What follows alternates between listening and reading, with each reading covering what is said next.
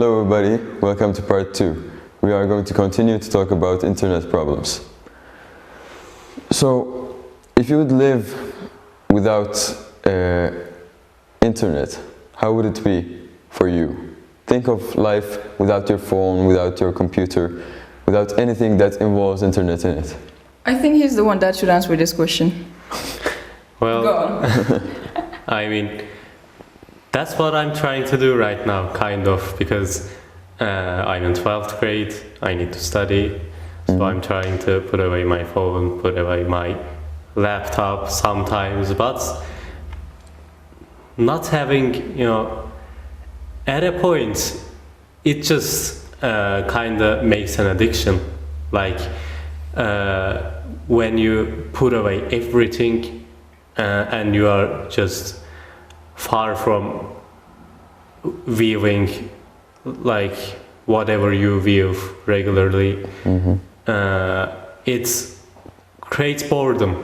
Like you try to come back to it for that dopamine, basically.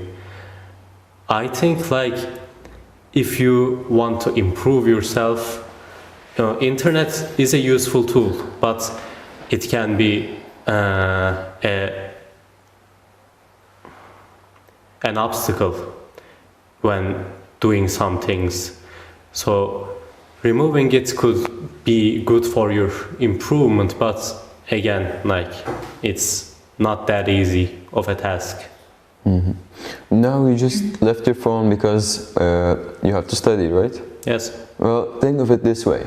Think of Rana, she has her phone, she doesn't have to study that much. Maybe when she puts her phone down, maybe her life could be better or worse. Just, I want you to imagine how would it be and tell me about it. Now, think of it this way. You are a man who has a job, and after the job you don't have anything to do. So, all of the day you look to your phone. Then, suddenly you decided to put your phone down and never use it again. Take the life of a caveman. Yeah, maybe. How would your life be? Do you want to answer it?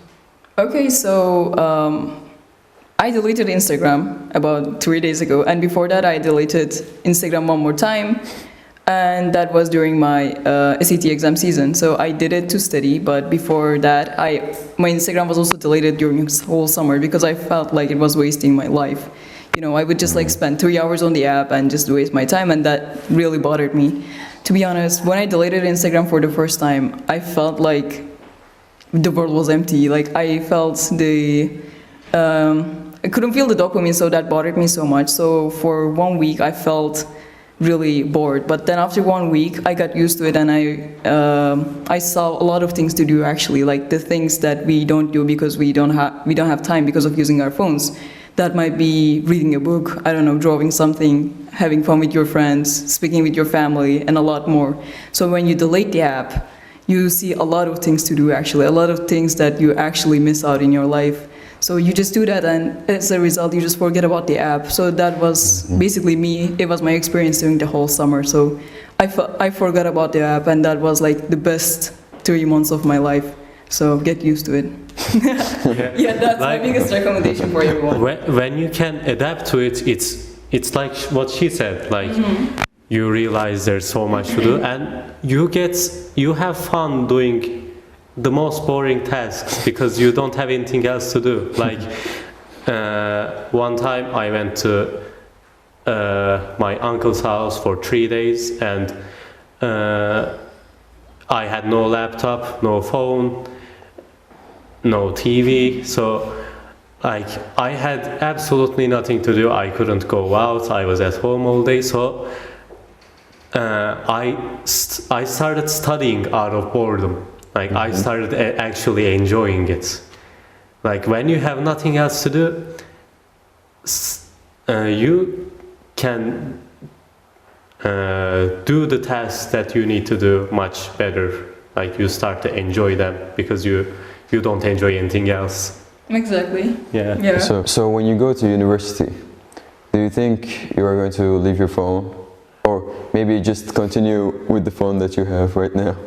Well, when I go to university, I'll be studying computer science, and I can't do it without computers or phones. So no, absolutely not. What do you think?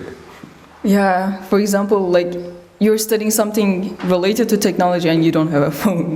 That's something to laugh about, but like, you know, you can get your phone, but like I don't recommend you to like spend hours on social media. Like you can just do some sort of filtration.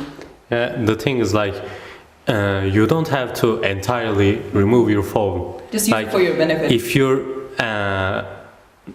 If you know what you should do and what you shouldn't do, like if you cut social media and only use the phone for what you actually need to do, then yeah, it could be beneficial. Like you have to have some self-control about your social media usage, basically. But just like you said, sometimes you feel bored, you don't want to do anything, just want to look at your phone. Now I don't have social media, I just have WhatsApp. And that's, I think, yeah, that's very beautiful, but sometimes it gets boring. Well, I do some other things, I go around, I read books. I don't know, but I feel like I just want to do it, but I just don't. But just want to look at what's going on. You know, do you ever have that feeling? Yeah, like sometimes I just delete an app to not look at it, and then every now and then I reinstall it, delete it 10 minutes later, reinstall it 30 minutes later, and then reinstall, re-delete. It can happen. Absolute psychopaths. I would never do that. Like when I delete the app, I just delete it for a month, like at least a month, because you know, when I want to download the app one more time, I just remember how much I hate the app and how much I hate to spend my time. So that's what keeps me motivated. So get yourself some motivation. Yeah, good advice. Yeah. So let's get back to the main topic. Do you think maybe spending so many hours on the phone sometimes make a problem in life, in society? And how does it affect people? You know, people sometimes forget to get socialized. They lose their socializing abilities. Like most of the time I see a group of friends, like 5 or 6, and they're always on their phones and just looking at social media. They just don't talk. Like they just waste their time there, and they also forget what's happening around them. So their awareness levels are, you know, lower. They just forget about the normal world and think that their life is on that, you know, rectangle square.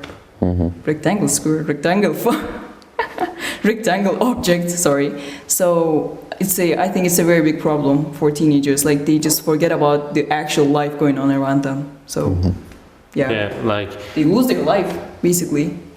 Yeah, like everyone has tasks that they should do, they should prioritize, but you know, overusing social media just completely destroys that. And also like when you see something trending on social media or you see your friends do it, you want to do the same, and sometimes that's not a good thing. Like it creates this thought on people that like they see something on the social media and they think that they should be doing the same, they should be the same, they should repeat it, and so like everyone tries to be like the other, and that also creates problems. Like it kind of puts you away from who you are, and then just creates this fake personality on the social media, basically. Exactly. Yeah. Like it takes over your life, basically. You see a lot of people, you know, posting fun stuff, having fun, and you think that they're very enjoying their life, and you just like compare your life to them and think that you're not living your life to the fullest. And but actually in the real time, they're not as happy as they look in the photos. So this is actually really harmful, especially for youngsters. So like us or the teenagers, yeah. So which cannot differentiate between reality of social media and the reality of normal life. So. That's a really big problem, so people forget about their life and other people's lives, basically. Yeah. So we talked with Emine about bullying, and we talked about internet bullying. What do you think of that? Okay, so I think that when you're bullied on social media, it's actually, easy to stop bullying. You can just like block that person, because I've met a lot of people on social media trying to text me weird stuff, but like it's actually really easy to get rid of that person by just blocking. Like if you have the enough knowledge and if you know how to secure yourself, then you can easily do that. Like it's actually easy, but like you just need to know that the person in front of you is not, your real friend, or like a person that you know deeply in real life, so you can easily just get rid of that person. So this is my opinion. Yeah. What do you think? I mean, I don't have much experience, but like, I don't bully others on social media, but yeah, like people should be able to tell when somebody is being toxic to them on the internet, so they should be able to, know when to cut them off, and don't trust the people on the internet that much, because there are malicious people. Well, now you're 6 years old. A message came to you and they said, click the link and you'll win $6,000. What would you do? Think of like you're 6-year-old, you have the mind of a 6-year-old. Free Roblox. Free Roblox, yeah. My worst V-Bucks fear. on Fortnite. Well, I would click it if I was 6 years old. Well, how can you stop that? The parent should know better. I mean, a 6-year-old shouldn't Why be would a responsible 6-year-old for that. have a phone at that age? That's also. Well, they have. Yeah. They should not have. Like They my should not, but 3-year-old they cousins have. all have tablets, Oh my iPads. god. Like sometimes the parents has work, both parents are far, and the kid just gets bored and they get addicted to the phone, which is not a good thing. The parents should have some time that they can spend with their child instead of getting them addicted to phones. Do they know how to read? No, but they know how to use the phones better than I do. Like they can download any game they see. They can like scroll through YouTube. They sometimes change some setting that I didn't even know it existed. Impressive. Yeah. Yeah, really. I mean, the kids that were born like around 2010s, 2020s. Yeah, the alpha generation. They are very knowledgeable about phone usage, which is scary. So, do you have anything to add on what we were talking? Okay, so Fine. there might be like some programs to limit this, but like if they are extremely knowledgeable, if they have a lot of knowledge, they can like just stop that setting. But like there are apps that control this. Yeah. But there's a limit in iPhones where you can go limit the time of what you're using, but then right under that, skip the limit. Close the limit for 15 minutes, close the limits for today. I know. For the day. And then you just, close the setting. Yeah, maybe. How can we fix that? Maybe. I don't think we can fix it. Yeah, I mean, it's. And that still comes to the point where parents should take control, Yeah, Like- as a parent, you have to teach me how to use the internet. You still haven't taught me it. So we talked about the problems, but we couldn't find any solutions. But maybe that's the better point, because when you look at your kids, look at other kids that are younger than you, your cousins, they know a lot of things. Like when I'm walking,